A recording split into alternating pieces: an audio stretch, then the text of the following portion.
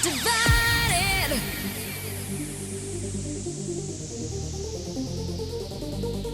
Divided. Whoa, yeah, yeah, yeah,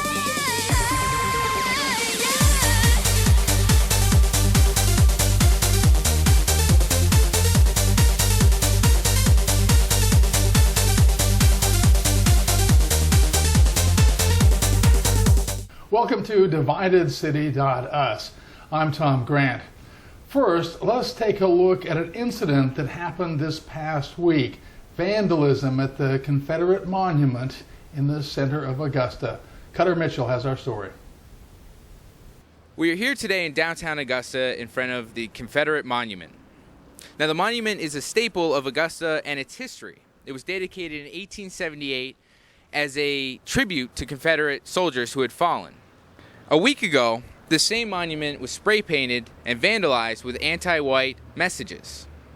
Now, while the black spray paint has been removed from the monument and scrubbed away, one essential question remains for Augusta.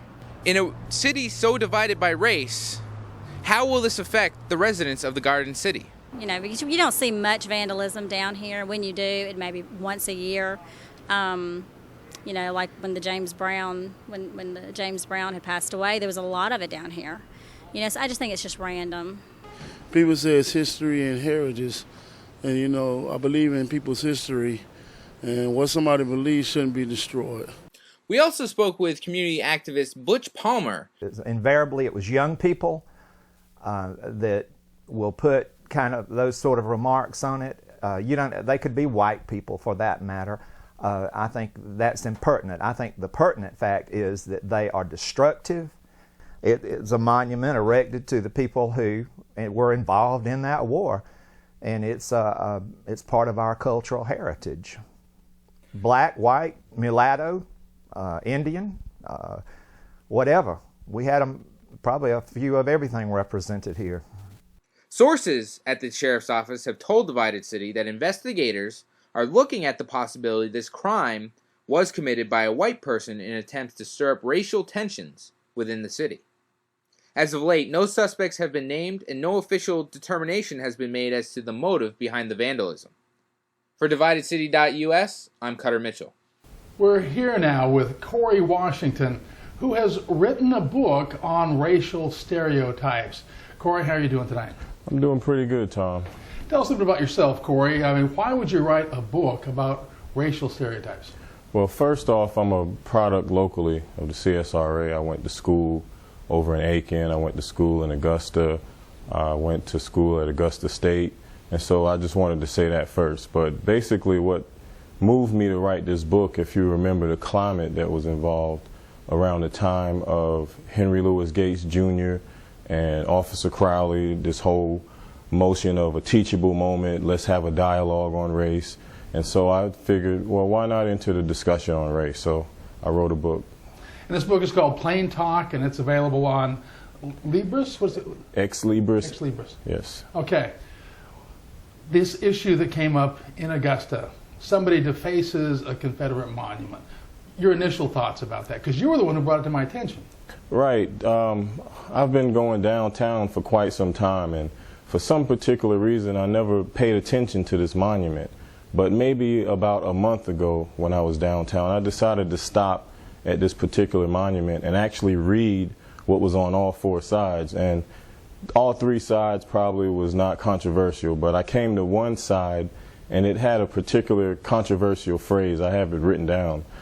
Tell me about it. What does it say? Well, actually, the phrase says, "No nation rose so white and fair, none fell so pure of crime."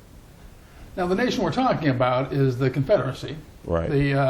A nation that rose because of a dispute between the states over a major issue called slavery.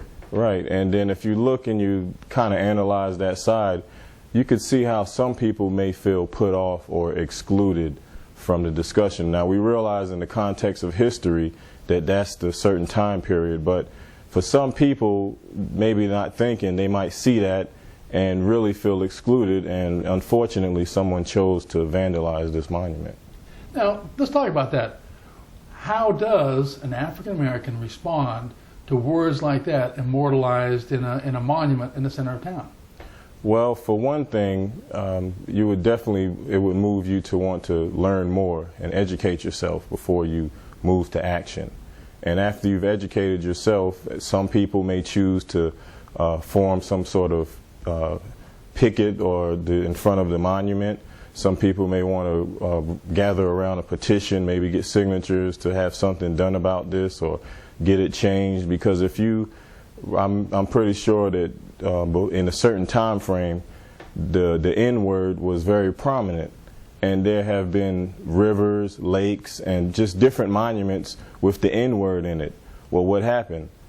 African Americans offended, got together, mobilized, and got these things changed, and no longer do we see this N-word all over the United States and monuments, lakes, and so forth.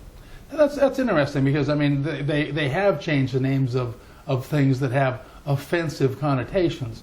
Why is it so important that we consider how language is used? I mean, that's one of the things you write about, right? Why is language? I mean, why is a word so harmful to people? Well, let's just take the N-word into consideration. A lot of people ask, why is it that black people say the N-word so loosely, and then when a white person says it, they're offended? Well, you have to look at this in the context of history. How was the N-word used? Was it used to denigrate people? Was it used during lynchings? Just some very horrible incidents that this word is connected with. And then you take any racial slur, maybe for white people, and it doesn't have that same history. So you have to look at how are these words used, in what context. Are they used to tear people down? And no matter how you slice it or put it, the N-word has historically been used to tear people of color down. To tear them down, to make them feel less than human, less than worthy of society. Right, denigrate them to the least common denominator, so to speak. And this word, no matter, I've heard people say, we're going to take this word back. This is our word now. It's a term of endearment now. But when you look at it, no matter how much you think you're taking the word back, the racists, they still have total control of this word, because you can use this amongst your friends and whatever, but if someone outside your circle or sphere of friends uses this word towards you, automatically the meaning changes, and it's right back to where we started from. Now, you're a 5th grade teacher. 6th grade. 6th grade teacher. Right. Kids on the verge, junior high, almost in junior high, changing, and they're going into puberty. They're being exposed to a lot of stuff like this in music, and they're trying to find their own identity. What do you say to them about a word like this? That's kind of one of the disheartening things. You see a lot of insensitivity with young people. Just to give you an example, actually 2 quick examples. I showed a film on the Holocaust. Now, sometimes it shows people in very compromising situations, maybe naked people, going to the gas chambers. Well, when kids see things like this, their first reaction may be to laugh. And we know it's because they're not educated. So, that comes a part of it. We need to educate kids on the sensitivity of these words, the history, where they come from. Also, another example I write about in the book is a situation that doesn't involve white on black. It involves 2 African American kids. One kid was a light-skinned kid, and the other kid was a darker-skinned kid. And this light-skinned one was calling the darker one Blackie. Now, that's a slur that I talk about in the book. But it was as if he didn't really, it didn't matter. It didn't faze him, even though I pulled him outside, told him that this was a slur. And I pulled the girl outside and said, how do you feel about, him calling you this? And she was unfazed. Well, to cut a long story short, the next day, the same boy used this slur again towards the girl. So it's a lot of insensitivity and just not really thinking about how words hurt people, going back to your original point. One of the things I've heard over the years, and when I was I was living in New York City, and some people would say that language, that the use of words like the N-word can be used by people of color because they have no real power. and that racism is really a criticism of people who have power. That white people, the majority, can force their will upon African Americans still in this country, and so they're the ones who are racist. But you can't call an African American a racist because they don't have any power. You can say they discriminate, you can say they were prejudiced, but you can't call them a racist. Do you subscribe to that thought? Actually, I don't. I can see where they're coming from, but when you look at it, it's just a lazy way of getting out of being a decent human being.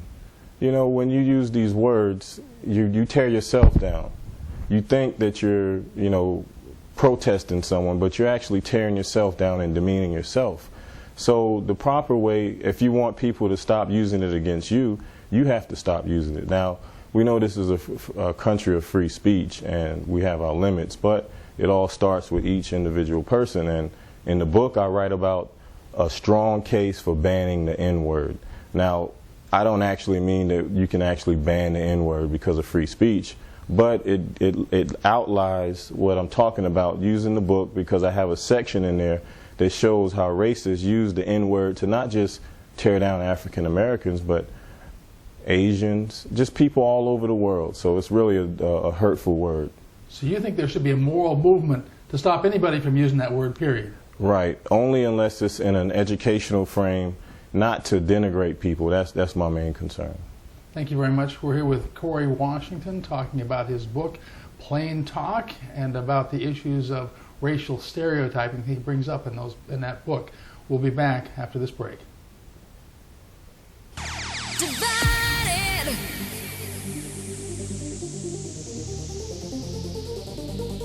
Divided. For the best in tires, Butler is at your service. Drive safe and save on the most popular brands. For a limited time, Butler will beat or match any advertised price on Michelin tires. Butler is first in Augusta with nitrogen technology, improving gas mileage and increasing tire life by as much as 25%. AAA approved, Butler Automotive is the place for Michelin tires. For miles of smiles, Butler is at your service with 3 convenient locations. Buy this beautiful home in National Hills and get a paid vacation to Paris every year. At least that's what the current owners did with their master's rental income. And the overseas renters would love to continue with the new owner. 3 bedrooms and a possible 4th, 2 baths, hot tub, fireplace, living room, and large great room. Only $154,900. Call Natalie Walls at Aubin Homes, 706-627-5849.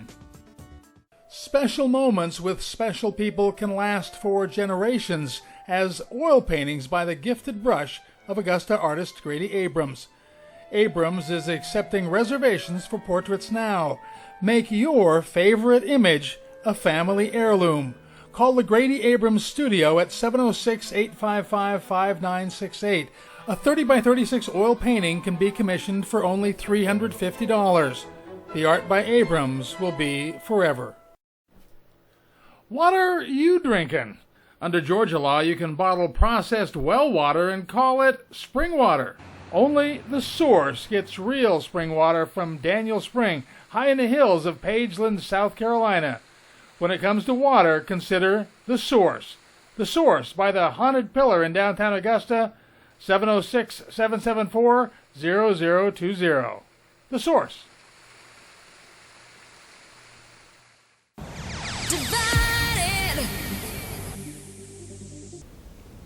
Welcome back to DividedCity.us. I'm Tom Grant. Now, let's take a look at how symbols have been destroyed by people who we respect because those symbols represented things that they did not. Ronald Reagan made a famous call for an end to oppression in East Germany when he spoke these famous words.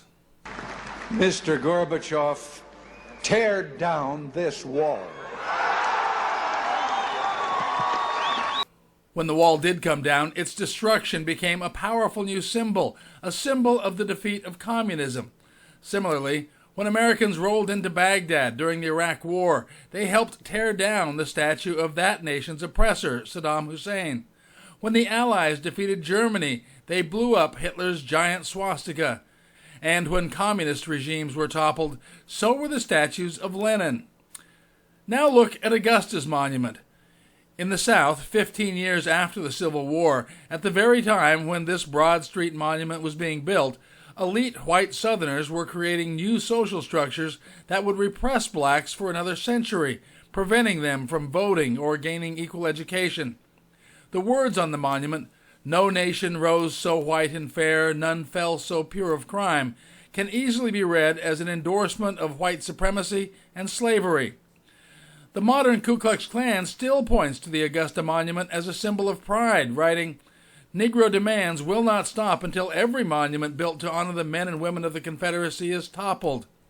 In Richmond County, where more than half the people are black, it's little wonder that some see the monument as a symbol of oppression, not unlike the Berlin Wall and not unlike the swastika. And it's not surprising that some would like to see the monument meet a similar end. We're back now with Corey Washington, author of Plain Talk, a book about stereotypes, particularly racial stereotyping. And I want to ask Corey, can destroying a symbol be a good thing? Could defacing a monument, as we saw in this town, actually be a good thing? Or is it always bad? Defacing a monument, when you go through, non-legal ways of doing it, it creates a division in the community, because if you listen to some of the comments that some people are saying, they can go to extremes. Like I heard one person on the internet, or saw it, where they were saying, well, what would happen if somebody spray painted the N-word on the James Brown statue, and so people go to extremes, and I just think that cooler heads need to prevail. So if you're going to tear this monument down, I just think it needs to be done in a correct way. So tearing it down, perhaps, maybe I should say it this way, is it a good thing that people drew attention to it, even though the way they drew attention to it was bad? Right. That's probably some good that can come out of this negative, drawing attention to it, getting people to see that there are things, maybe not just this monument, but maybe things around Augusta that you would see that would separate people. And we have to kind of examine, how do you deal with this? Because if you just push it under the rug, it's always going to be there. And the next time somebody may be coming from out of the city sees this, and they may feel the same way. If you were the mayor and you had to say something to African Americans to explain why that monument is there, why it's important, and how they should respond to it, what would you say? I would first probably project the image that, okay, we need to all get together and discuss this. Why is this monument here? Let's hear both sides. And that's pretty much what this book, Plain Talk, is talking about. Why people perceive things one way. Okay, if you tear this monument down, many of the African Americans, well, okay, that's fine. If you tear this down, there's going to be a segment of people that are going to get offensive, or, so why, I think we need to get to the bottom line of, why do you feel that this needs to still be up here, and put that side up against the side that wants it down, and talk about it. One of the things we don't do very much is talk openly about these issues. We see race dividing us all the time. We see it dividing us on almost every vote on the Augusta Commission. We see it dividing us geographically within the city. But we very seldom actually talk about it. Are there any forums for people to openly discuss this? Well, they've tried a few. I think that these need to be revisited and revamped, and because it seems like a lot of times the format, you get people saying their side, shouting people down, this side saying something, and you really don't get any kind of dialogue going. So we need to do something a little better. Let me ask you, because I am white, am I blind to some of the things that African Americans feel and see in these words and these monuments and all this stuff around Augusta? I would say no. I mean, anybody, if you're a human being, if some of these things are just common decency, moral issues.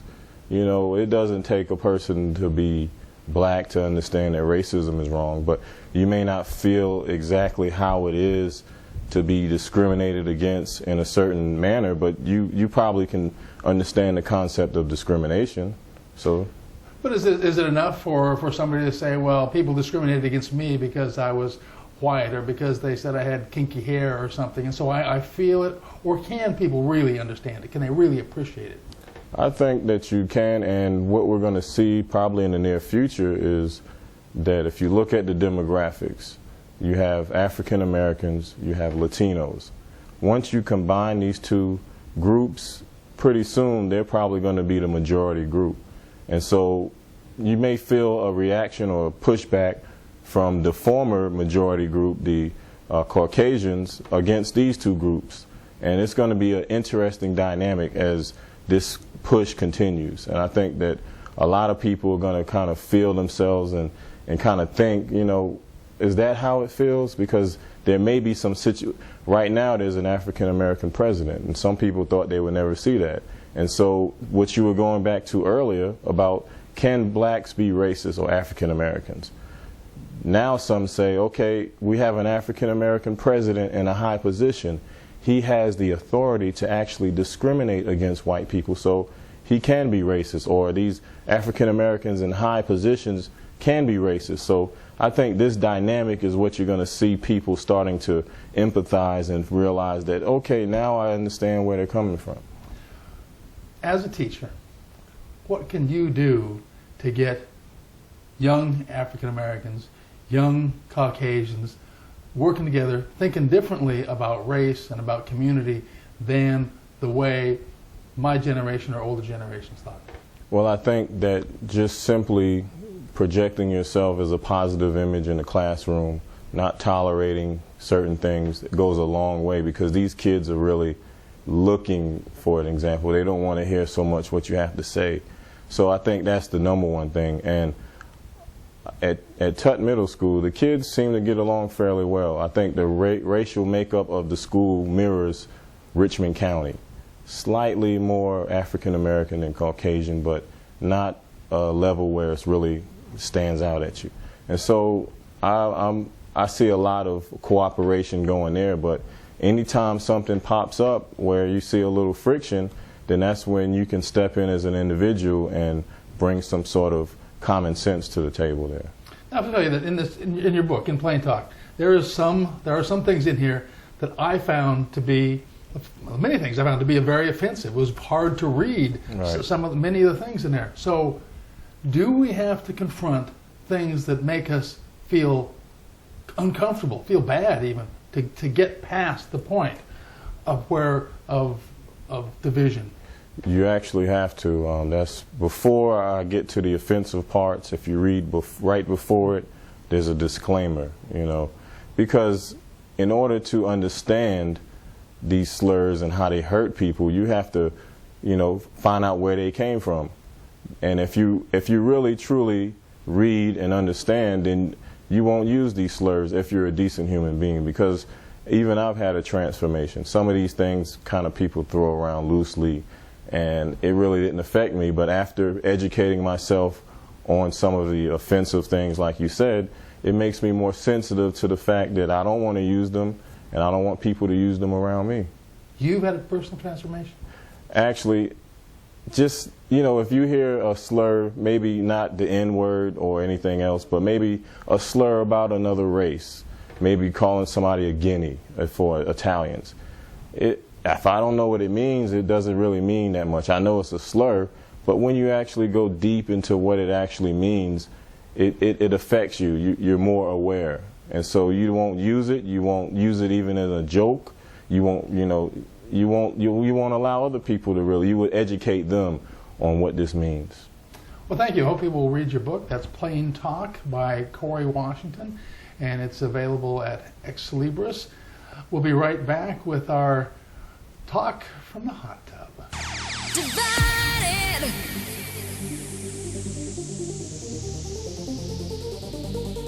Divided. When friends and family visit, recommend a place that's as welcoming and comfortable as their own home. Comfort Inn on Gordon Highway. Spacious rooms, continental breakfast, business center, exercise area, beautiful furnishings, and reasonable prices. Enjoy LCD TVs and Sleep well on pillow-top beds at Comfort Inn and Suites on Gordon Highway, just off the Bobby Jones Freeway. It's the next best place to home. For complete car care, Butler is at your service the first time, on time, every time. With master technicians, Butler is one of 2 AAA approved and a Blue Seal of Excellence repair facility. Voted best in Augusta with state-of-the-art diagnostic equipment. Written estimates on all repairs, lifetime warranty on most parts. Free pickup and delivery, shuttle service, and 24-hour towing. Downtown on Reynolds, Baston Road, Martinez, and now on Wrightsboro Road near the mall. Special moments with special people can last for generations as oil paintings by the gifted brush of Augusta artist Grady Abrams. Abrams is accepting reservations for portraits now. Make your favorite image a family heirloom. Call the Grady Abrams Studio at 706-855-5968. A 30 by 36 oil painting can be commissioned for only $350. The art by Abrams will be forever. You gotta eat, you gotta buy gas. Now, Bilo and your Augusta BP stations can help you save money on both. Buy $50 of groceries at Bilo, get 5 cents off per gallon on your next 20 gallons at Augusta BP stations. Buy $100 worth of groceries, get 10 cents off a gallon. Buy $200 of groceries, get 20 cents off a gallon. Every $50 of groceries is worth another 5-cent discount at your locally owned Augusta BP stations. Divided. Thanks for joining us on DividedCity.us. Now it's time for a little